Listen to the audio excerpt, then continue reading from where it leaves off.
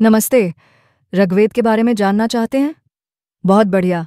ऋग्वेद सच में एक कमाल का ग्रंथ है और इसमें जो कुछ भी लिखा है वो बहुत गहरा और दिलचस्प है। इसे सिर्फ एक किताब मत समझिए, ये तो एक तरह से हमारे इतिहास, हमारी संस्कृति और हमारे विचारों की जड़ है। चलिए, मैं आपको बताता हूँ कि ऋग्वेद में क्या क्या खास बातें हैं। क्या है ये ऋग्वेद और कितना बड़ा है?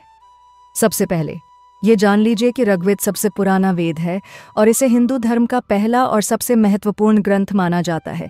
सोचिए, जब दुनिया में ज्यादातर चीजें लिखित रूप में नहीं थीं, तब से ये मौजूद है। इसकी बनावट कुछ ऐसी है। 10 मंडल भाग, इसे 10 बड़े बड़े हिस्सों में बांटा गया है। जैसे किसी किताब में अध्याय होते हैं, वैसे ही इसमें मंडल हैं। 1028 सूक्त, भजन मंत्र। इन मंडलों के अंदर छोटे छोटे भजन या मंत्रों के समूह हैं, जिन्हें सूक्त कहते हैं। हजारों मंत्र रचाएं। हर सूक्त में कई मंत्र या रचाएं होती हैं। इनकी कुल संख्या 10,580 से भी ज्यादा है। आपको बताऊं, इसके कुछ हिस्से तो इतने पुराने हैं कि उन्हें वैदिक काल के सबसे शुरुआती दौर का माना जाता है। ऋग्वेद में लिखा क्या है? मुख्य रूप से तो ऋग्वेद में देवताओं की स्तुतियां और प्रार्थनाएं हैं।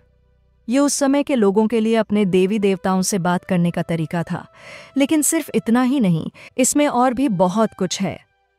देवताओं का बखान, इसमें इंद्र जो बारिश और युद्ध के देवता थे, अग्नि जो आग और यज्ञ के देवता थे, वरुण जो ब्रह्मांड के नियम चलाते थे, सूर्य प्रकाश के देवता, उषा सुबह की देवी, जैसे कई देवी देवताओं की महिमा गाई गई है।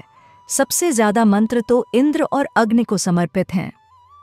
यज्ञ और पूजा पाठ, इसमें बताया गया है कि उस समय लोग कैसे यज्ञ करते थे, क्या आहुतियां देते थे और देवताओं को कैसे प्रसन्न करते थे। ये उस समय की धार्मिक परंपराओं की एक झलक देता है। जीवन और ब्रह्मांड के गहरे सवाल। हैरान होंगे आप, लेकिन इसमें सृष्टि कैसे बनी, ये दुनिया किसने बनाई और जीवन का असली मतलब क्या है, ऐसे गहरे दार्शनिक सवाल भी पूछे गए हैं। नासदीय सूक्त जैसा मंत्र तो ये सोचने पर मजबूर कर देता है कि सृष्टि से पहले क्या था। समाज और जीवन शैली, इसमें उस समय के समाज, लोगों के रहने सहने के तरीके, परिवार, राजा और अलग अलग समुदायों के बारे में भी जानकारी मिलती है। आप कह सकते हैं ये उस दौर की जिंदगी का एक आईना है।